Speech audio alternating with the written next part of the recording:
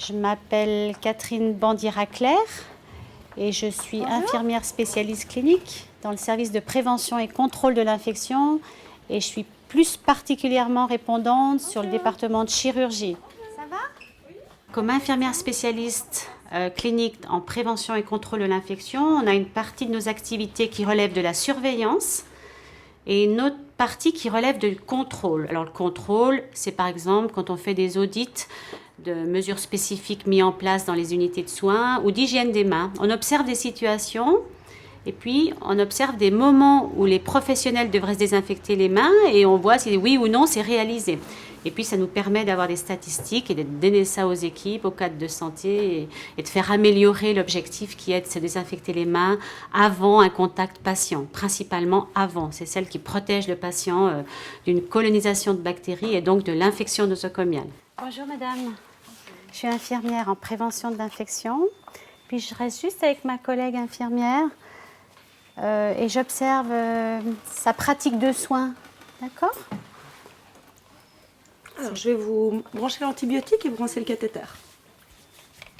On peut avoir ce côté très convivial avec les équipes, mais ils savent aussi ce qu'on a regard où on veut toujours améliorer la qualité des soins et la sécurité du patient. Donc ça passe par des contrôles. Comme sur la route, quand il y a des radars, tous on lève le pied. Quand on sait qu'il y a un radar un peu plus loin, on fait tous ça.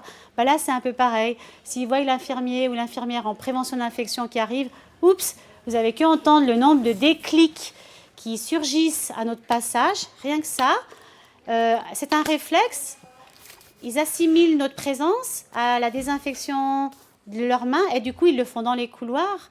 Parfois, rien que quand ils nous voient, c'est comme ça. Le mot contrôle, parfois les équipes le vivent comme un jugement. Alors on essaie de leur expliquer que le but d'un contrôle, quel qu'il soit, c'est dans le but d'améliorer la qualité des soins aux patients. Le contrôle, c'est en vue d'une action.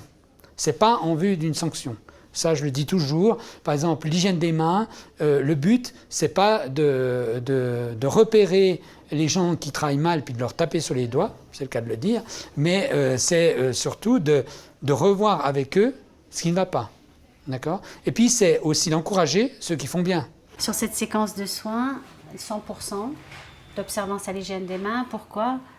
La première indication, elle correspond à laquelle des 5 indications ? La première hygiène des mains. Avant contact patient. Avant contact patient. Et en même temps avant acte aseptique. Voilà, exactement. En même temps, ça fait un avant acte aseptique. Ouais. Hein ? Et puis juste après, c'est un...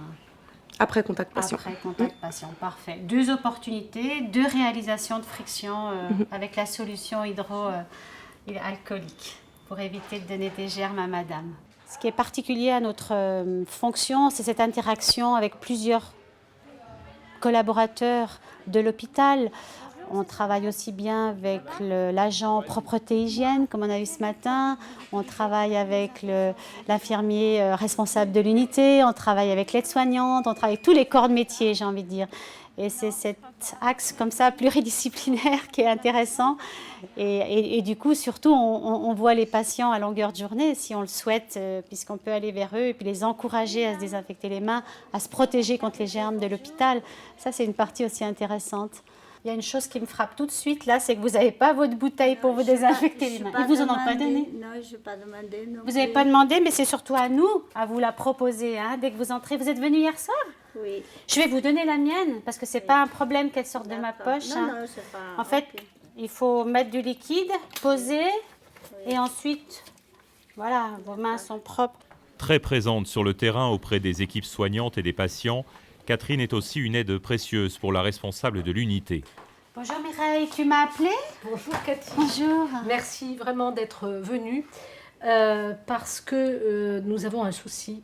Lorsque nous avons un doute, aussi bien sur l'isolement d'un patient ou sur les précautions à prendre pour un patient, quand on a des résultats qui nous paraissent pas tout à fait conformes, à ce moment-là, c'est une relation totalement de collaboration et d'entraide, tant au niveau effectivement des patients qui sont pris en charge que en lien avec la formation liée aux collaborateurs. Bien entendu qu'au quotidien, on essaie de faire très attention aux pratiques institutionnelles et au respect des règles institutionnelles, mais en ayant une infirmière qui est là spécialisée, ça nous apporte un soutien et une aide au quotidien.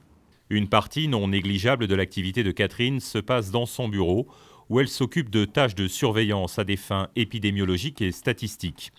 Elle reçoit aussi en permanence des alertes informatiques concernant des patients suspectés d'être porteurs de bactéries multirésistantes et peut ainsi superviser la mise en place rapide des mesures de prévention dans les unités de soins. Une fois par semaine, Catherine partage son expérience professionnelle avec ses collègues. Les objectifs de notre colloque hebdomadaire, c'est vraiment de pouvoir échanger des situations. Et puis, on sait comme ça ce qu'il se passe dans chaque département des Hugues.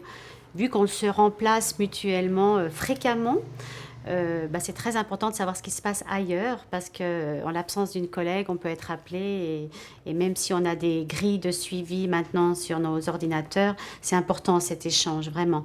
Et puis, on est critique par rapport à ce qu'on entend, il y a un débat qui peut s'instaurer et puis on apprend entre nous comme ça et c'est très fructueux à ce niveau-là.